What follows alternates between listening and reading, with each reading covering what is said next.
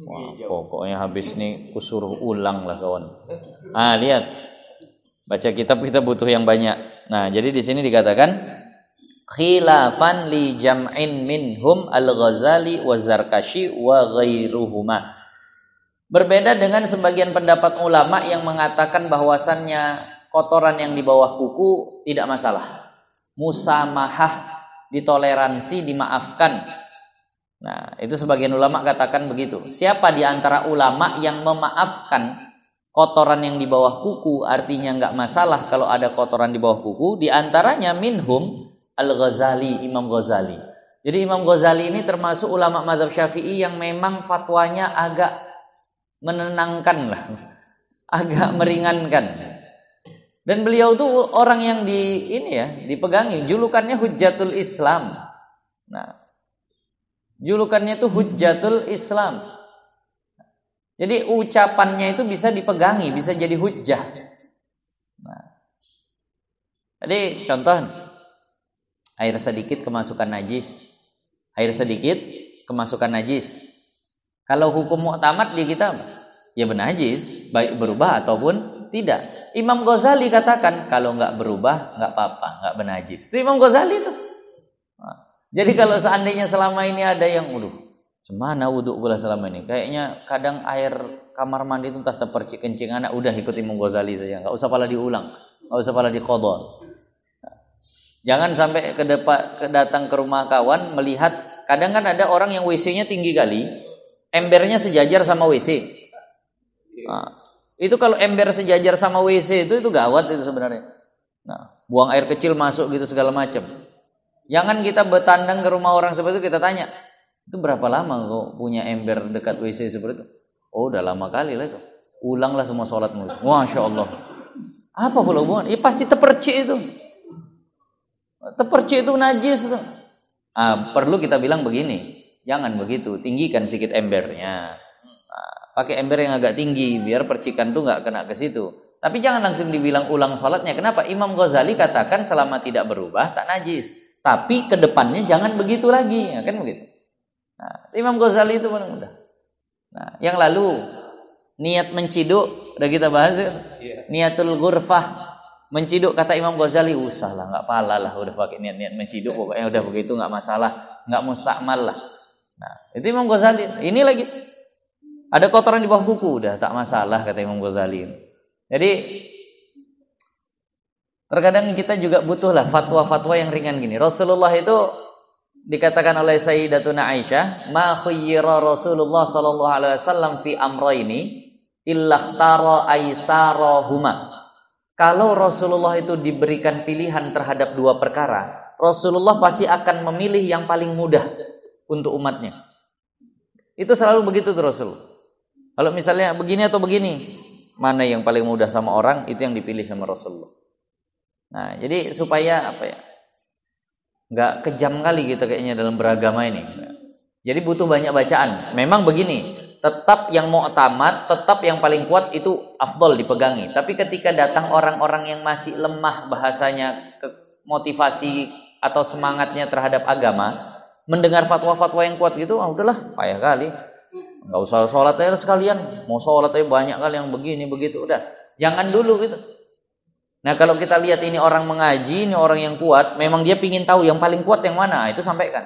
Tapi kalau ada orang baru taubat begini, baru mau mulai semangat lagi, jangan langsung disalah-salahkan semua amalannya.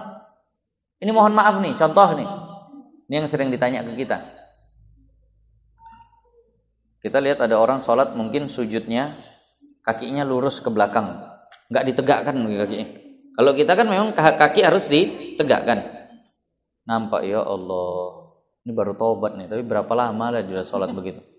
Bang sih, udah berapa lama taubat? Udah jalan lah setahun ini. Dulu memang hidup hancur betul. Setahun ini udah alhamdulillah lah, sholat nggak pernah tinggal. Tapi mohon maaf, sholat nggak pernah tinggal. Kalau sholat begitu nggak sah itu. Ulanglah semua yang setahun ini. Gimana perasaannya? Baru mau taubat begitu kan? Kaki itu harus tegak. Itu selama sholat kan? Iya. Saat itu udah ikut pendapat Imam Rafi'i saja. Imam Rafi'i itu anggota sujud cuma satu, kening aja udah pakai itu aja lah udah. Nah, tapi nanti ke depannya dikasih tahu jangan begitu lagi, tapi jangan dibilang harus ulang semua. Nah, itu pentingnya kita tahu qaul-qaul ulama, kita arahkan orang tapi tidak kita beratkan orang. Kecuali yang memang nggak bisa ditoleransi betul lah. Nah, yang nggak bisa ditoleransi betul. Nah, kalau itu ya. Tapi kalau ini apalagi masih mazhab Syafi'i. Kalau Imam Rafi'i kan anggota sujud cuma satu, kening aja itu. Ini tangan ke belakang, lutut naik, kemudian kening saya begitu, ya sah aja. Kalau Imam Rafi'i. Nah. Karena tarif sujud itu kan begitu. Wat'ul jabhah fi musalla, meletakkan kening di tempat sholat. Itu pengertian sujud. Jabhah, cuma kening saja. Nah, jadi maksud saya begini, bukan maksudnya untuk yang sudah ngaji ya, bukan. Ini untuk yang kita lihat seperti itu, kita luruskan tapi jangan kita beratkan. Walaupun begini, seandainya dia nanya, jadi selama ini sholat-sholatku yang lalu gimana bang? Ya sebenarnya menurut pendapat yang paling kuat nggak sah. Ulang lah, kalau kau sanggup ngulang, ulang. Tapi berat kali ya, kalau berat nggak usah, karena ada ulama yang bilang begini ya. Tapi aku nggak enak bang, aku pengen ngulang. Nah itu bagus kalau ulang. Nah, yang kita bilang begitu. Kalau ulang bagus. Tapi kalau tidak sampai kita katakan dia salah. Nah inilah mufti itu begitu seharusnya. Banyak baca, banyak tahu, banyak qaul. Gitu. Nah, tapi bukan artinya dia biarkan orang untuk dapat yang mudah-mudahnya terus, bukan. Dia lihat orang yang datang. Dia lihat orang yang datang. Nah, tengok ini kalau orang nih kayaknya mau cari mudah-mudah saja, kasih aja yang payah sekalian. Nah, tapi kalau orang ini memang kayaknya mau berubah, tapi kalau dikasih yang berat terus ini bakalan turun motivasi semangat beragamanya, maka kasih yang ringan. Nah, tidak fatal.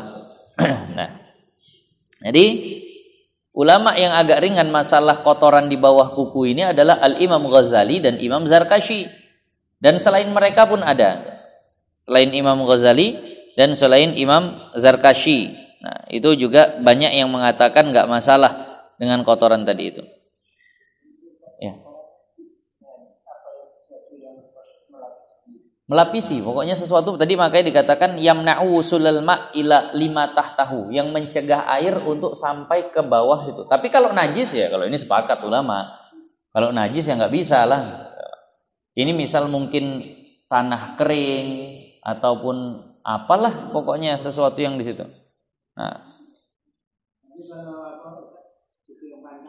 kuku yang panjang. Nah, itu pokoknya kalau seandainya melapisi nggak bisa karena begini. Jadi maka kalau kuku panjang tuh haruslah bahasanya ditarikkan begitu lah dia. Tarikkan, siramkan ke situ kan repot. Makanya potong kuku tiap hari Jumat. Nah, itu tak dianjurkan tuh. Nah, biar mudah ngupil gitu. Jadi kuku panjang itu tak disyariatkan dalam Islam. Jempol kelingking. Biasa yang kuku panjang ini malah perempuan. Kalau dulu yang suka pelihara itu perempuan. Kuku panjang gitu. Nah, ini kalau ada ibu-ibu, nah kakak-kakak pelihara kuku panjang itu nggak dianjurkan dalam Islam.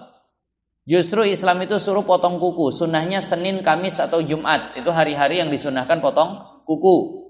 Senin, Kamis atau Jumat. Lain daripada itu ulama ada yang katakan makruh. Hari Selasa, hari Rabu. Di kitab Bajuri itu ada sebab-sebabnya tuh. Yang potong kuku hari Selasa menyebabkan penyakit ini, potong kuku hari Rabu menyebabkan sakit ini. Nah, tapi bagusnya Senin, Kamis, dan Jumat. Nah ini besok Jumat potong kuku lah. Hari ini pun tak apa-apa potong kuku. Nah malam nggak masalah. Nah malam nggak masalah. Karena kalau malam nih ya masuk Kamisnya sudah atau untuk besoknya sudah Jumat. Nah ya tadi. Wa aqalu fi tarjihihi, dan mereka membahas panjang lebar tentang pendapat yang menguatkan pendapat mereka, artinya pendapat yang menguatkan bahwasannya enggak masalah dengan kotoran di bawah kuku. Jadi mereka membahas panjang lebar tentang bolehnya atau dimaafkannya kotoran di bawah kuku. Wa sarrahu bil musamahah, dan mereka menjelaskan itu ditoleransi, dimaafkan. Musamahah. Nah. Petani lagi di ladang. Udah jelas ya. Tangan kotor saja gitu. Nah, tanah masuk, payah lagi bersih-bersihkannya. Nah, tadi. amma tahtaha minal wasakh, daripada kotoran, duna nahwil ajin. Nah, tapi tidak termasuk kalau dia itu adalah adonan tepung. Ajin di situ diartikan apa? Adonan tepung. Nah, kalau bahan roti atau adonan tepung yang nyelip di situ, ini nggak dimaafkan kata mereka. Tapi kalau tanah dimaafkan, debu dimaafkan. Nah, tapi kalau adonan tepung tidak. Nah, tapi di sini dikatakan wa asyaral adra'i wa ghairuhu ila dha'fi maqalatihim. Tapi Imam Azra'i mengatakan, yang mengatakan adonan tepung itu tidak dimaafkan, itu lemahnya itu pendapatnya. Tetap dimaafkan juga, kata Imam Azra'i. Nah, kenapa sama aja? Ini kan profesi juga. Orang ada yang profesi kerjanya ngadon. Akhirnya ada masuk sikit situ adalah dimaafkan. Nah, masalah. Nah, tapi ya tetap kita ada batasan lah. Enggak semua kita bilang maaf tadi. Jadi ada batasan lah. Ikut qaul ulama. Wa qad sarraha fi tatimmah wa ghairiha bima fi rawdah wa ghairiha min adamil musamaha bi syai'in mimma tahtaha haitsu mana'a wusulal ma'i bi mahallihi. Nah, tapi sungguh telah menjelaskan di dalam kitab Tatimmah dan yang selain kitab Tatimmah. Nah, dengan apa yang tertulis dalam kitab Raudhah, Raudhatul Talibin milik Imam Nawawi, wa ghairiha, dan selain kitab Raudhah, min adamil musamaha, bahwasannya tidak ada toleransi, tidak ada kemaafan, bisyai'in, dengan sesuatu yang ada di bawah kuku yang mencegah sampainya air ke kulit. Nah, jadi ada dua pendapat yang mengatakan nggak ada toleransi. Kalau ada yang kotor situ pokoknya nggak sah. Imam Ghazali katakan dimaafkan. Nah, tadi. Jadi ya afdolnya khurujan minal khilaf, dibersihkan. Keluar dari perbedaan pendapat ulama. Nah. Kemudian di situ habis pembahasan yang tadi. Ini masuk yang baru. Masih juga tentang melapisi kulit tapi bukan lagi yang di bawah kuku. Wa aftal Baghawi, dan Imam Baghawi. Nah, Imam Baghawi ini ulama tafsir tapi mazhabnya Syafi'i. Ulama mazhab Syafi'i ini lengkap betul. Ulama mazhab Syafi'i itu lengkap betul. Ahli tafsirnya ada Imam Baghawi ini. Ahli hadisnya ada Imam Baihaqi, Imam Nawawi. Itu mazhabnya Syafi'i. Nah, sufinya banyak. Ada Imam Ghazali dan yang lain lagi. Nah, jadi maka lengkap. Maka kita sangat-sangat heran kepada orang yang merasa tak perlu bermazhab karena dia merasa sudah bisa faham Al-Quran dan hadis sendiri. Beginilah, kalau seandainya dia memang faham Al-Quran, kira-kira pemahaman Al-Qurannya dengan pemahaman ulama tafsir, semisal Imam Jalaluddin As-Suyuti yang sudah tulis tafsir Jalalain, semisal Imam Baghawi yang sudah memang menulis kitab tafsir Baghawi, itu kira-kira pemahaman dia dengan ulama-ulama tafsir ini tinggian mana tentang Al-Quran? Seujung kukunya saja mungkin tak sampai kan gitu. Tapi ternyata ulama tafsir ini dengan tawadhu'nya, dengan menyadari bermadhab Syafi'i. Lalu ada yang merasa orang udah tahu hadis kok ngapain lagi bermazhab gitu. Rasulullah suruh ikut hadis. Pertanyaannya, hadis yang dia hafal, ilmu tentang hadisnya, mana yang lebih tinggi dengan Imam Baihaqi misalnya? Dengan Imam Nasai misalnya. Kalau mereka bilang kayaknya aku lebih tinggi dari Imam Baihaqi, menyalah lah itu orang itu.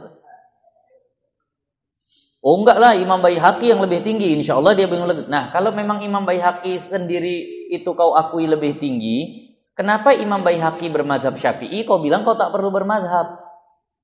Berarti Imam Baihaqi merasa dia tahu hadis tapi tak tahu secara pasti cara menggunakan hadisnya. Itu tadi. Bukan berarti orang yang hafal hadis itu langsung bisa mengurai hukum-hukum fikih, tidak. Bahkan Imam Ahmad bin Hanbal berkata, nahnu niyamun, kami ulama hadis ini yang hafal hadis sampai 1 juta hadis. Imam Ahmad bin Hanbal itu hafalnya 1 juta hadis. Bukan isinya saja, bukan macam kita. Hafal cuma isinya saja, innamal a'malu binniyat. Nah, cuma begitu saja. Itu hafal hadis sama sanadnya 1 juta hadis. Tapi Imam Ahmad bilang apa? Nahnu niyamun, kami ini tertidur ini. Artinya nggak sadar. Kayak mana pakai hadis tadi itu? hatta aiqazana asy-Syafi'iyyu, sampai akhirnya Imam Syafi'i membangunkan kami. Sadar kalian itu punya alat yang luar biasa, begini cara makainya, begini. Imam Syafi'i yang pandai. Itu tadi. Jadi mereka cuma mengumpulkan, ulama hadis ini mengumpulkan, tapi nggak tahu cara makainya ini bagaimana. Maka Imam Syafi'i hadir, ulama-ulama 4 mazhab ini hadir, mereka lah yang ngajari begini cara makainya. Ini khas, ini am, ini muqayyad, ini mutlak, ini nasikh, ini mansukhnya. Itu ulama-ulama nih yang pandai makainya. Jadi ini baru lagi baca kitab hadis terjemah, baru baca Al-Quran terjemah. Nggak usah bermazhab, langsung Al-Quran dan hadis. Ya Allah ya Rahman. Itu muka nggak ada malunya begitu rasanya. Dibandingkan ulama-ulama hadis yang memang sudah begitu luar biasa, tapi dengan tawaduknya mengatakan kami mazhabnya Syafi'i. Nggak bisa kami langsung kembali Al-Quran dan hadis kalau seandainya nggak ada aturan panduan kaidah dari Imam Syafi'i.